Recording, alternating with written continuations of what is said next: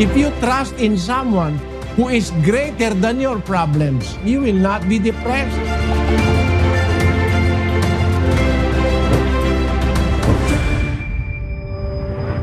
Ang Diyos ay nakakaalam ng pangyayari, pero hindi siya namimilit sa tao. Tawag nga doon sa atin meron tayong free will, free choice. Ang tao, ang anghel, ay binigyan ng Diyos ng free choice. Yung tawag sa Tagalog, sariling kalooban.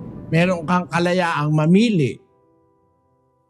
Nagkaroon ka ng depression dahil pinili mo yung mga bagay na kadepre-depress. Tapos isisisi mo sa Diyos, mali yun.